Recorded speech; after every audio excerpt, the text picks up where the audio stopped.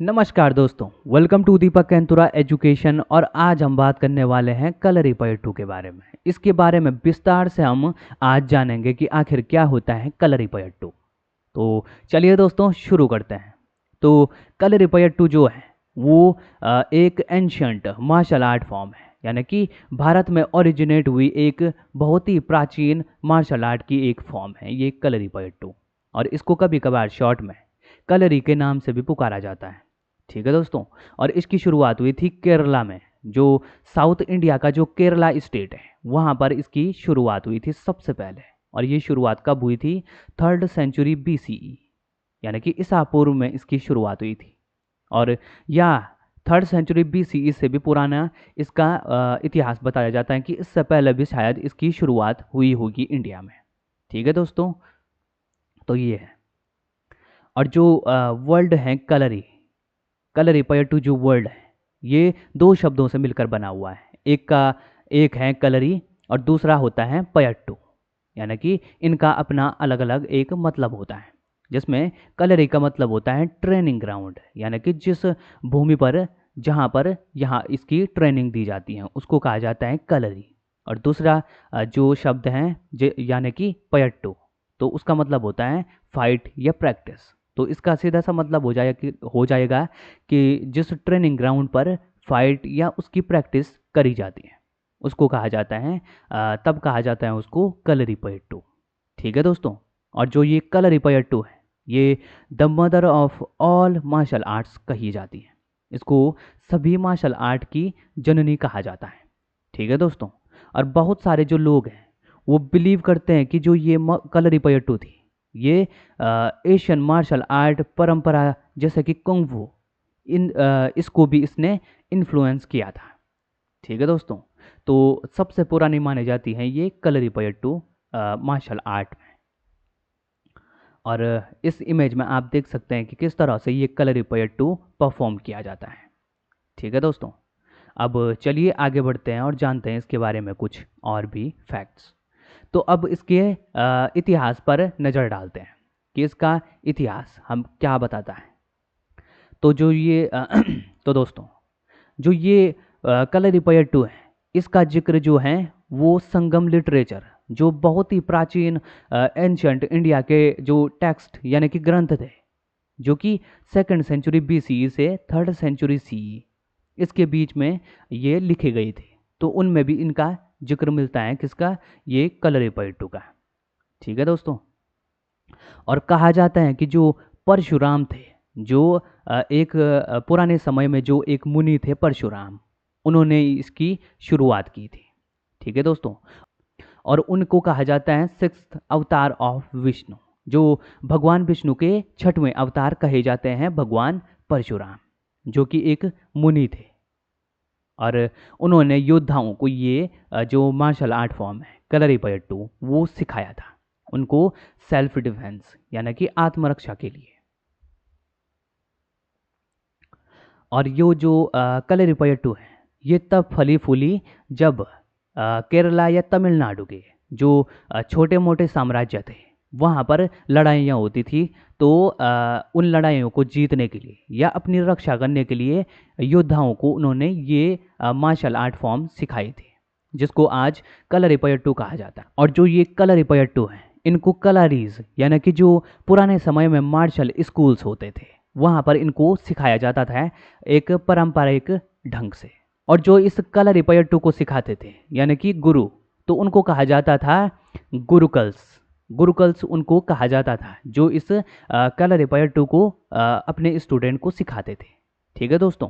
कुछ इस प्रकार से अपने स्टूडेंट को शिक्षा देते थे ये गुरुकुल्स में, गुरुकल्स। अब दोस्तों इसमें कई अलग अलग प्रकार के ट्रेनिंग और टेक्निक्स होती हैं जो इनमें इस कलरीपयट्टू में सिखाई जाती है। ठीक है दोस्तों। और जो ये कलरीपयट्टू है ये सिर्फ एक मार्शल आर्ट की फॉर्म नहीं है, ये मार्शल स्किल्स, मेडिसिन यानी कि फिजियोथेरेपी, ठीक है दोस्तों, और साथ ही साथ जो फिलोसॉफी है इसको भी इसमें सिखाया जाता है। तो इस प्रकार ये इन तीनों का मिश्रण है ये कलरीपयट्टू। ठीक है दोस्तों। इसमें physical training, body training, weapon training और जो खाली हाथों से लड़ा जाने वाला जो ये लड़ाई है उसको भी इसमें सिखाया जाता है। ठीक है, अब सबसे पहले बात कर लेते हैं फिजिकल ट्रेनिंग की। तो इसमें स्टेमिना यानी कि सहन शक्ति को बढ़ाने के लिए ट्रेनिंग दी जाती है। उसके बाद फ्लेक्सिबिलिटी यानी कि लचीलापन उसमें लाने की कोशिश करी जाती है। कलाबाजियाँ और जो बॉडी का कंट्रोल है यानी कि शारीरिक संतुलन, इनकी भी इसमें शिक्षा दी जाती है। योगा और ब्रीथिंग एक्सरसाइज भी इसमें शामिल है। अब दूसरे नंबर पर आता है मेईपयट्टू, जो कि बॉडी ट्रेनिंग होती है। इसमें जैसे कि लात मारना इसमें सिखाया जाता है, अलग अलग प्रकार से लात मारना इसमें सिखाया जाता है। उसके बाद किस तरह से अपने अपोनेंट पर प्रहार करना है, स्ट्राइक्स करनी है। उसके बाद जंप्स और बैलेंस मूव्स, ठीक है, ये भी इसमें सिखाई जाती है। वेपन ट्रेनिंग भी इसमें दी जाती है, अलग अलग जो हथियारों की ट्रेनिंग होती है वो इसमें सिखाई जाती है। सबसे पहले जो लाठियाँ होती हैं, लकड़ी की बनी हुई लाठियाँ, उनकी भी इसमें ट्रेनिंग दी जाती है, जिसको कहा जाता है कैटुकरी या चेरुवादी। उसके बाद जो तलवार या जो ढाल होती है, शील्ड होती है, उसकी भी इसमें ट्रेनिंग दी जाती है, उसको कहा जाता है वलुम परिचायु, ये इसको कहा जाता है। अब जो भाला होता है उसको भी इसमें चलाना सिखाया जाता है अलग अलग प्रकार से, उसको कहा जाता है कुंथम। अब जो डेडली फ्लेक्सिबल स्वॉर्ड होती है जिसको कहा जाता है उरुमे, उसको भी इसमें चलाना सिखाया जाता है। अब चौथे नंबर पर आता है एम्प्टी हैंड कॉम्बैट, यानी कि सिर्फ हाथों की मदद से लड़ाई करना, जिसको कहा जाता है वेरुमकई। ठीक है दोस्तों, इसमें जो स्ट्राइक्स होती हैं यानी कि अपने अपोनेंट पर किस तरह से प्रहार करना है, उसमें किस प्रकार के लॉक लगाए जाते हैं इसमें सिखाया जाता है। फेंकना या अपोनेंट को पकड़ने की इसमें टेक्निक्स सिखाई जाती है। ठीक है, और दूसरा है इसमें मर्मशास्त्र, यानी कि जो प्रेशर पॉइंट होते हैं शरीर में, उनका भी इसमें ज्ञान दिया जाता है। मर्म शास्त्र में सिखाया जाता है कि जो अलग अलग प्रकार के जो शरीर में प्रेशर पॉइंट्स होते हैं उनका भी इसमें नॉलेज दिया जाता है। और जो ये मर्म शास्त्र है इसका प्रयोग हीलिंग के लिए भी किया जाता है, या फिर जो अपोनेंट्स हैं उसको चित्त करने के लिए भी इसका इस्तेमाल किया जाता है। किसका? मर्म शास्त्र का, जिसमें अलग अलग प्रकार के जो प्रेशर पॉइंट्स होते हैं शरीर में उनको दबाया जाता है। अब दोस्तों आता है हीलिंग एंड मेडिसिन, यानी कि जो ये कलरीपयट्टू है इसमें मेडिसिन की भी शिक्षा दी जाती है। ठीक है, इसमें सिर्फ हमने जैसे पहले भी कहा कि इसमें सिर्फ मार्शल आर्ट नहीं आता है, इसमें मेडिसिन और फिलोसॉफी भी इसके साथ में आ जाते हैं।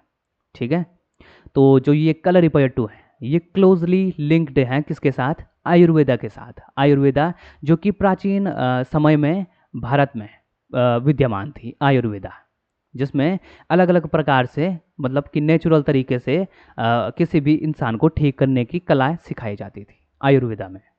ठीक है, और इसमें जो प्रैक्टिशनर्स यानी कि जो स्टूडेंट्स होते हैं उन्हें कलरी चिकित्सा की ट्रेनिंग दी जाती है, किसमें? इस कलरीपयट्टू में। ठीक है दोस्तों, और इसमें इस कलरी चिकित्सा में मसाज करने तेल से और जो बॉडी सेटिंग होती है उनकी मदद से ही मतलब कि चिकित्सा प्रदान की जाती है किसी भी इंसान को। ठीक है, और ये एक पारंपरिक हीलिंग प्रैक्टिस है जिसको यूज़ किया जाता है इस कलरी चिकित्सा में। अब बात करते हैं कल्चरल और स्पिरिचुअल एस्पेक्ट्स, जो कि इसके सांस्कृतिक और जो आध्यात्मिक एस्पेक्ट हैं वो क्या क्या है। ठीक है दोस्तों, अब जैसे कि इसकी जो शुरुआत होती है, जब इसको सिखाया जाता है किसको? कलरीपयट्टू को। जब इसकी ट्रेनिंग दी जाती है तो इसमें कई रिचुअल्स यानी कि रीति रिवाज फॉलो किए जाते हैं। जैसे कि इसमें एक इनके देवता होते हैं जिनको कहा जाता है कलरी देवता। देवता नहीं, वैसे देवी होती हैं, एक कलरी देवी जो कि होती हैं भगवती। भगवती एक गॉडेस होती हैं इनकी। तो उनको नमस्कार करने के बाद ही इनको ट्रेनिंग दी जाती है प्रैक्टिशनर्स को।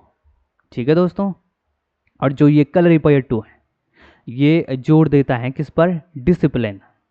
ठीक है, डिसिप्लिन, रिस्पेक्ट एंड जो आंतरिक जो संतुलन है उस पर ये जोर देता है। ठीक है दोस्तों। और जो ये कलरीपयट्टू है ये कई प्रकार के जो केरला के फेस्टिवल्स हैं उनमें भी ये शो किया जाता है। ठीक है। और कई तरह के जो स्टेज परफॉर्मेंस होते हैं वहाँ पर भी इसको दिखाया जाता है एंटरटेनमेंट के तौर पर। ठीक है। चलिए आगे बढ़ते हैं और अब जानते हैं कि इसका ग्लोबल इन्फ्लुएंस क्या है। इसमें जो वर्ल्ड में इसकी पोजीशन कहाँ पर है। तो दोस्तों जो बौद्ध धर्म थे जो कि एक इंडियन मॉन्क थे जो कि तमिलनाडु या फिर केरला के थे, तो वो जो कलरीपयट्टू है इसकी टेक्निक को चाइना ले गए थे। कब? 6th सेंचुरी सी, यानी कि 6वीं सेंचुरी सी के दौरान ये इस कलरीपयट्टू को चाइना में ले गए थे। ठीक है। और इसी ने शाओलिन जो कंग फू है उसको प्रभावित किया था। किसने? कलरीपयट्टू ने। ठीक है दोस्तों। जो आज का कंग फू आप देखते होंगे चाइना में, वो कहीं ना कहीं इस कलरीपयट्टू से ही बहुत प्रभावित है। और आज के समय में जो ये कलरीपयट्टू है ये सिर्फ इंडिया में ही प्रैक्टिस नहीं करवाई जाती है, बल्कि ये बाहर के देशों में भी इसकी प्रैक्टिस करवाई जाती है, इसको सिखाया जाता है, जिसमें यूरोप, यूएसए और एशिया के कई स्कूल्स हैं, वहाँ भी इसकी ट्रेनिंग दी जाती है कलरीपयट्टू की। तो इसका बहुत ही ज़्यादा इन्फ्लुएंस है आज पूरी दुनिया में। तो दोस्तों अब ये देखते हैं कि आज के समय में जो ये कलरीपयट्टू है इसका हमारे लिए क्या रेलिवेंस या क्या इम्पोर्टेंस है। ठीक है दोस्तों। अब जो ये कलरीपयट्टू है ये सबसे पहले सेल्फ डिफेंस यानी कि आत्मरक्षा के लिए इम्पोर्टेंट है, यानी कि आत्मरक्षा के लिए इसका प्रयोग किया जा सकता है आज के समय में भी। ठीक है। और जो इसके बाद जो फिटनेस है यानी कि अपने शरीर को बिल्कुल फिट रखना, इसमें भी इसका इस्तेमाल किया जा सकता है। और जो स्टेज परफॉर्मेंस है जो कि ऑडियंस के सामने परफॉर्म की जाती है, तो इसका इस्तेमाल उसमें भी हो सकता है। ठीक है दोस्तों। और जो डांस, थिएटर और सिनेमा है इनमें भी इसका इस्तेमाल किया जाता है। और जो केरला टूरिज़्म है वो इसको एक कल्चरल हेरिटेज के रूप में प्रमोट करता है। ठीक है। एक सांस्कृतिक विरासत के रूप में जो केरला टूरिज़्म है वो इसको प्रमोट करता है। अब लास्ट में देख लेते हैं दोस्तों ये कलरीपयट्टू हमारे लिए क्यों इम्पोर्टेंट है।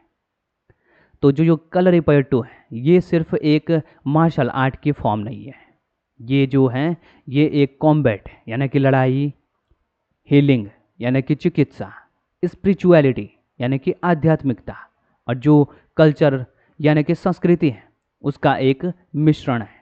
इन सब का मिला जुला एक रूप है। ठीक है। और ये जो इंडिया है उसकी महान विरासतों में से एक है ये कलरीपयट्टू। तो इसका हमारे लिए यानी कि भारत के लिए और पूरे वर्ल्ड के लिए बहुत ही ज़्यादा अपना एक इम्पोर्टेंस है। तो ये था दोस्तों आज का वीडियो, और आई होप आपको इस वीडियो से कुछ ना कुछ ज़रूर सीखने को मिला होगा। अगर आपको ये वीडियो पसंद आई तो इस वीडियो को लाइक और हमारे चैनल को सब्सक्राइब जरूर करें। जल्द मिलते हैं आपसे एक नई वीडियो में।